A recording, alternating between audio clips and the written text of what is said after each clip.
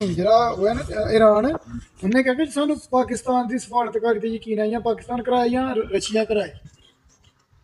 ਯਾਰ ਪਾਕਿਸਤਾਨ ਤੇ ਉਹਨਾਂ ਨੇ ईरान ने ਕਿਹਾ ਕਿ ਪਾਕਿਸਤਾਨ ਤੇ ਸਾਨੂੰ ਭਰੋਸਾ ਨਹੀਂ। ਅੱਛਾ ਨਹੀਂ ਗੱਲ ਸਹੀ ਗੱਲ। ਉਹ ਪੁੱਛ ਕਿਉਂ ਉਹ ਪਾਇਆ ਅੱਖਾਂ 'ਚ ਘੱਟਾ। ਰੱਬ ਨੂੰ ਹੀ ਪਤਾ ਸਾਰੇ ਨੂੰ ਵਿੱਚੋਂ ਵਿੱਚ ਡੇ ਨੇ ਸਾਨੂੰ। ਉਹ ਸਿਰ ਪਾਇਆ ਅੱਖਾਂ 'ਤੇ ਘੱਟਾ। ਫਿਰ ਆਂਟੀ ਗੱਲ ਕਹਿੰਦਾ ਸਾਨੂੰ ਪਾਕਿਸਤਾਨ ਤੇ ਭਰੋਸਾ ਨਹੀਂ ਹੈ।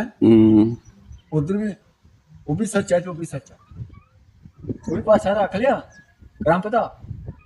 ਇਹਨਾਂ ਦਾ ਉਹ ਪਿੱਛੇ ਇਹਨਾਂ ਨੇ ਮਜਾਲ ਮਾਰਿਆ ईरान ਨੇ ਜੰਗਲ 'ਚ ਮਾਰੇ ਹਨ। ਇਹਨੇ ਵੀ ਜੰਗਲ 'ਚ ਮਾਰ ਛੱਡੇ। ਉਹਨੂੰ ਪੁੱਛਿਆ ਉਹਨੇ ਆਖ ਜੀ ਮੈਨੂੰ ਸ਼ੱਕ ਪੈ ਦੱਸ ਗਿਆ ਹੈਂ।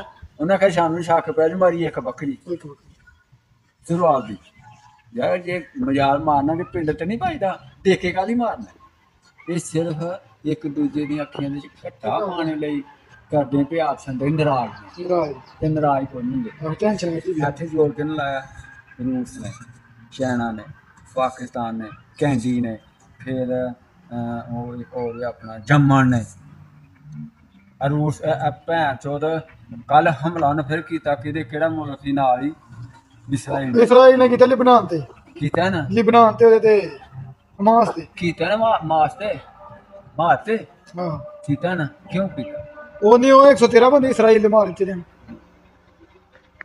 ਉਹ ਗੱਡੀ ਜਾਂਦੀ ਵੀ ਉਹਨਾਂ ਨੂੰ ਪਤਾ ਲੱਗਾ ਜੀ ਜਿਹੜੇ ਇਲਾਕੇ 'ਚ ਅਸੀਂ ਬੰਬਾਰੀ ਕਰਨੀ ਪਿਆ ਐਸੇ ਤੋਂ ਬਾਹਰ ਧਰਨ ਲੱਗ ਪਈ ਆ। ਉਹ ਜਿਹੜੀ ਗੱਡੀ ਜਾਂਦੀ ਉਹਨੇ ਉੱਥੇ ਹਮਲਾ ਕਰ ਦਿੱਤਾ।